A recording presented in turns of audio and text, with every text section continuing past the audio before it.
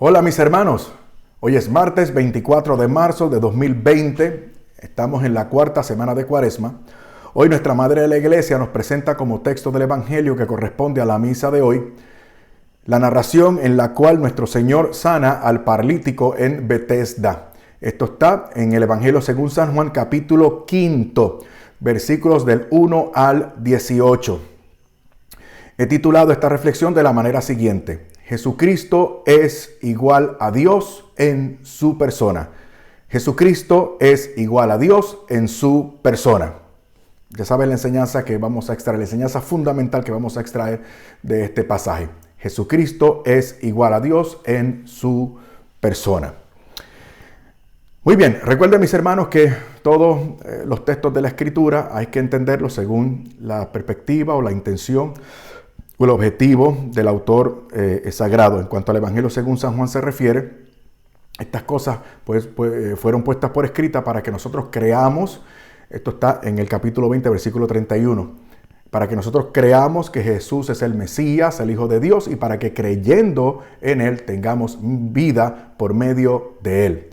Este pasaje también lo vamos a entender a la luz de el capítulo 5 completo del Evangelio según San Juan. En este capítulo 5 del Evangelio según San Juan se nos presenta al Señor Jesús más específicamente mostrando o manifestando su divinidad. Y como lo hace actuando como Dios y manifestando el poder de Dios. Vamos a dividir esta narración en dos partes. La primera parte, que corresponde a los versículos del 1 al 16, es Jesús se identifica con el hombre. Jesús se identifica con el hombre. La segunda parte, Jesús se identifica con Dios. Y esto corresponde a los últimos dos versículos, 17 y 18. Jesús se identifica con Dios. Vayamos a la primera parte. Jesús se identifica con el hombre. Esto corresponde a toda esa narración de la curación del ciego. Ya ustedes saben que Jesús sana a un paralítico en un lugar descrito como amplio, en el que había un estanque o una piscina que tenía 5 pórticos, y en el que había muchos enfermos. Añade que eran ciegos, cojos, tullidos y que además estaban echados en el suelo. Se decía que en aquel lugar cada cierto tiempo se removían las aguas y aquel enfermo que lograra echarse primero el agua, ese lograba la curación. El Señor Jesús identificó a uno de estos enfermos y se enteró que llevaba 38 años paralítico. Entonces el Señor se le acerca al enfermo, al paralítico, y le pregunta que si quiere ser sanado. El paralítico se queja y dice que no tiene quien le eche, que cuando él ya hace el intento, otra persona se le adelanta y él entonces no puede lograr esa sanación. El Señor le dijo: levántate, toma tu camilla y anda. Levántate, toma tu camilla y anda. Y así sucedió. El hombre recobró la salud, recogió su camilla y comenzó a andar. Ahora se puso interesante la cosa, porque era día de reposo, o sea, sábado. Y los judíos, cuando vieron al que era paralítico llevando su camilla, lo regañaron y le dijeron que era día de reposo, que no se le permitía llevar su camilla. Escuchen, si estos judíos tenían la razón, debían entonces tener una base bíblica en la cual sustentar eso que ellos le echaban en cara al paralítico. Debieron entonces referirse, por ejemplo, a Éxodo capítulo 20, versículo 10, Jeremías capítulo 17, versículos del 19 al 27, y Nehemías capítulo 13, versículo 15.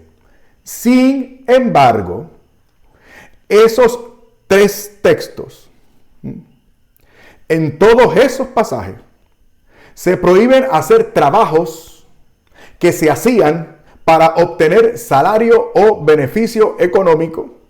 Por lo tanto, no se trataba de una obra de caridad o de hacer bien al prójimo o de ayudar a los demás, o de que estaba absolutamente todo prohibido. No se trata de eso. Miren, Marcos capítulo 2. versículos del 27 al 28, dice, esto es importante también para entender lo errado de la perspectiva o del juicio que establecían estos judíos. Dice, el sábado se hizo para el hombre y no el hombre para el sábado. Así que el Hijo del Hombre es Señor incluso del sábado. Sigamos con la narración.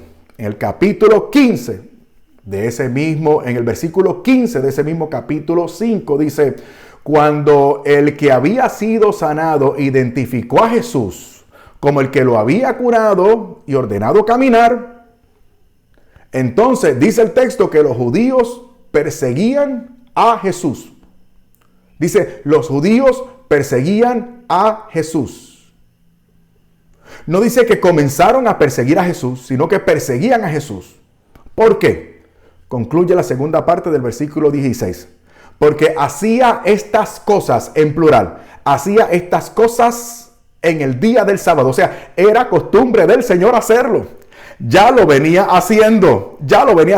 Por eso dice que no comenzaron a perseguir al Señor en aquel momento, sino que ya lo hacían. O sea, esto es uso y costumbre. Ahora vamos a la segunda parte. Jesús se identifica con Dios. Los últimos dos versículos. Jesús se identifica con Dios.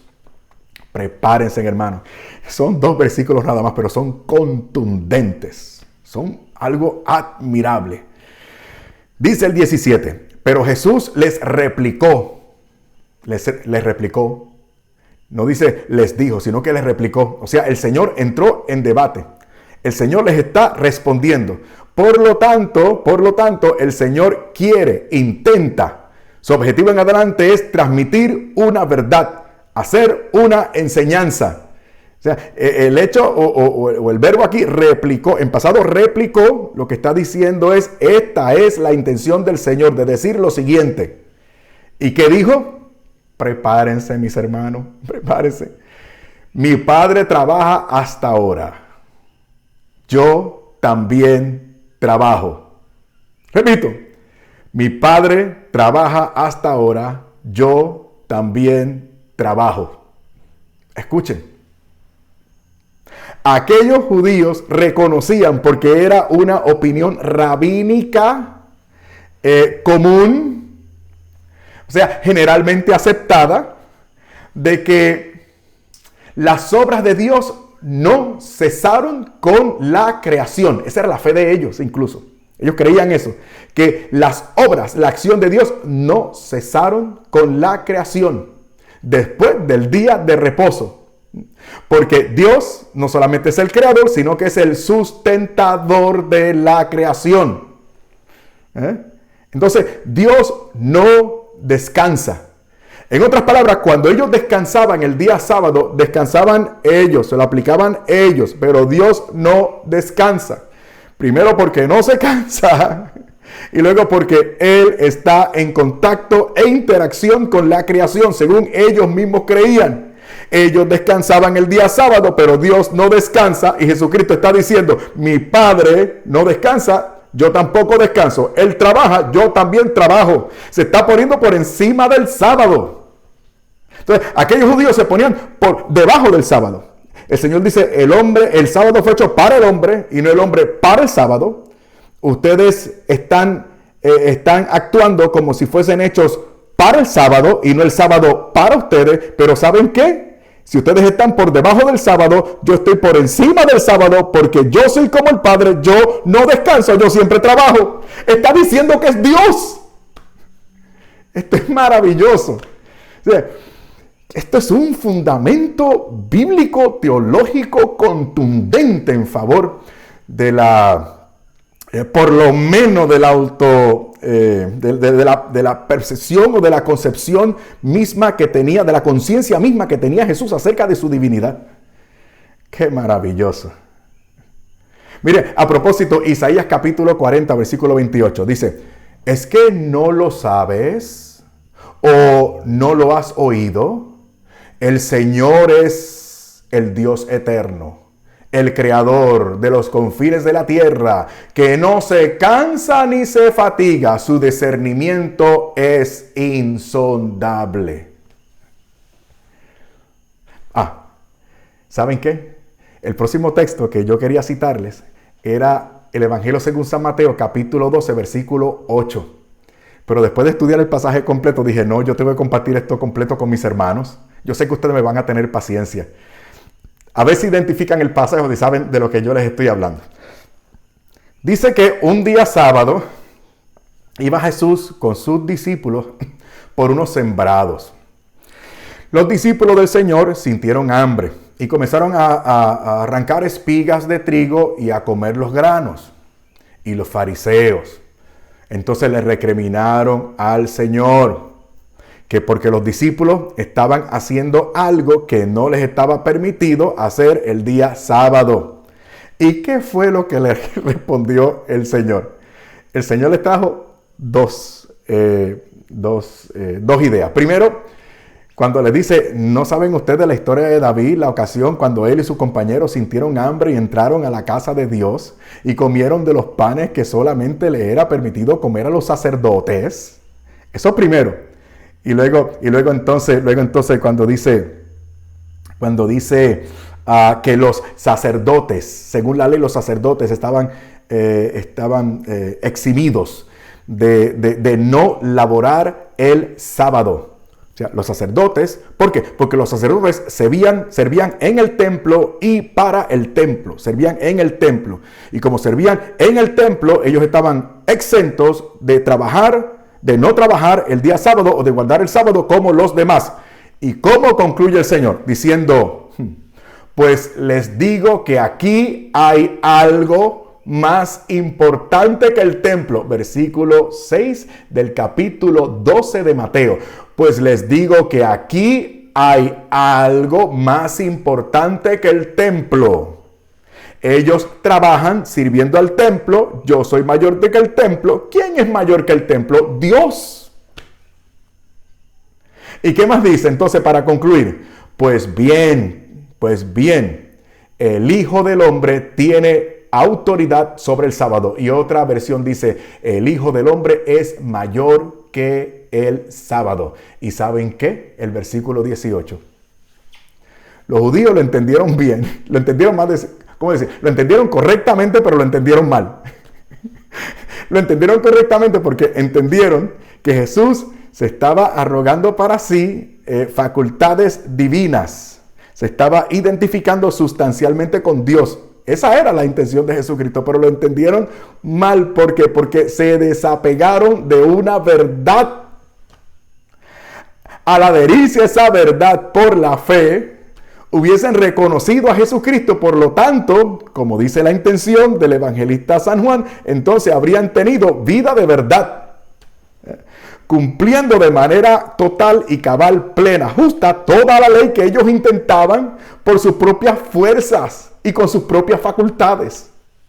Estaban tan cerca del Señor y no lo tocaron y no lo reconocieron.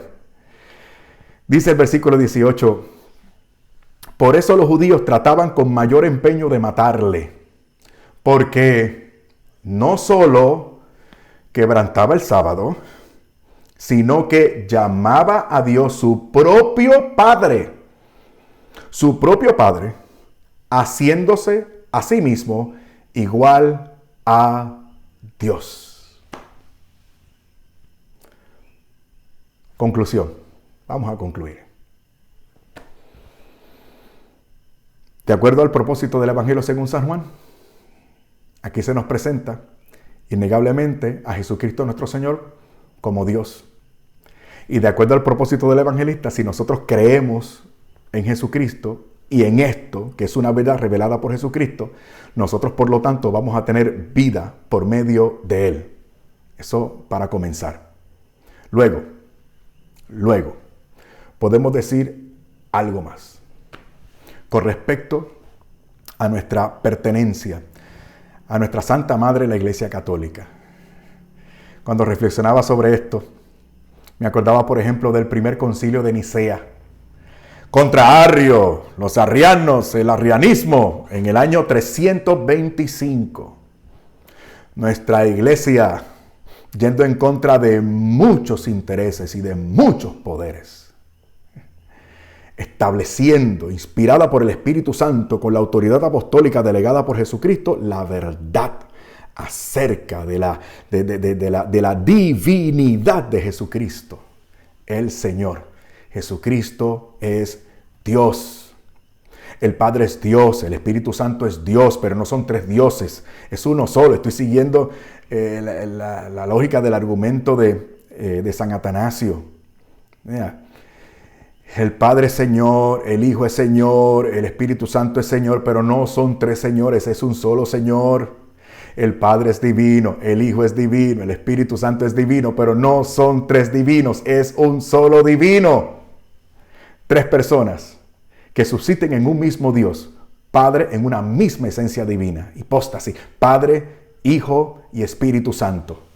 Verdad revelada por Jesucristo. Reconocida, definida, inspirada por el Espíritu Santo con autoridad apostólica en el Santo Concilio de Nicea en el 325. Luego venía a mi mente el Concilio de Éfeso en el 431 contra el nestorianismo, estableciendo otra vez la verdad acerca de las dos naturalezas, humana y divina, en la persona de Jesucristo. El Verbo que coexistía con el Padre desde la eternidad, tomó carne y sangre de la carne y la sangre de Santa María, asumiendo nuestra naturaleza. Por lo tanto, mediante aquel sacrificio sustitutivo, satisfaciendo la justicia de Dios, para que nosotros fuésemos encontrados aptos, y justos y apropiados delante de Dios y podamos acceder por fin al cielo, a la vida eterna en comunión con Dios nuestro Padre, con Dios el Hijo y con Dios el Espíritu Santo. ¡Qué maravilla! Bueno, además de esto, mis hermanos, ¿saben qué? Estas verdades que hemos descubierto a través de este evangelio de hoy nos da, digamos que, dos cosas. Descanso y vida. Eso entiendo. Descanso y vida. Primero, descanso. Descanso. Paz. Sosiego. Vean, por ejemplo, el Salmo 62, versículo 1. Dice: solo en Dios haya descanso mi alma. De Él viene mi salvación. Mateo capítulo 11, versículo 29. Carguen con mi yugo, dice el Señor, y aprendan de mí, pues yo soy manso y humilde de corazón, y encontrarán descanso para su alma. Evangelio según San Juan capítulo 14, versículo 27. Mi paz les dejo, mi paz les doy. No se las doy como se las da el mundo. Por lo tanto, concluye, no se turbe su corazón, ni se acobarde. Otra versión dice, ni tengan miedo. Mateo capítulo 11, versículo 28. Vengan a mí todos ustedes que están cansados de sus trabajos y cargas, y yo los haré descansar. Estas son buenas noticias para para esta situación mundial, esta pandemia mundial que estamos padeciendo. Estamos hablando del ideal del Shalom del Antiguo Testamento, que Jesucristo planifica cuando se le presenta a los discípulos después de su resurrección repetidas veces, saludándoles, Shalom, Shalom, Shalom, la paz con ustedes, la paz con ustedes. ¿A qué se refiere? Están en paz con Dios, están integrados, sosegados. Tienen acceso por mí a un estado interior de integración. Están en paz con Dios, están en paz consigo mismos. Una paz que no depende de las condiciones exteriores, sino a pesar de. Mire, hermano, si usted va a esperar a tener paz, dependiendo o esperando que las condiciones exteriores sean favorables para que usted se sienta bien, usted tiene un problema. Usted tiene un problema. Alléguese a esta paz. Mire a Jesucristo. Créale a Él. Créale para que, como dice el evangelista San Juan, creyendo en Él como Salvador, como Dios, usted tenga vida plena. Como dice el capítulo 11 de San Juan, versículos 25 y 27. ¿Se acuerdan? Cuando Jesús le dice a Marta: yo soy la resurrección y la vida. El que cree en mí, aunque muera, vivirá. Y todo el que todavía esté vivo y cree en mí, no morirá jamás. Y concluye haciéndole la pregunta de parte del Señor a Marta, con la que podemos concluir ustedes y yo. ¿Crees esto? ¿Crees esto? ¿Crees esto? Ella respondió: sí, Señor, yo creo. Intención del evangelista Juan: yo creo que tú eres Mesías. La intención de San Juan: que tú eres Mesías, el Hijo de Dios, que has venido al mundo. Un poquito después, en el versículo 40 del capítulo 11, dice: ¿no te he dicho que si crees verás la gloria de Dios? Así concluimos ustedes y yo esta reflexión. ¿Creemos? Vale la pena confiar en el Señor. Si usted se dispone, si usted pone los medios, si usted se abre, la gracia le va a visitar. Que así nos ayude Dios. Amén.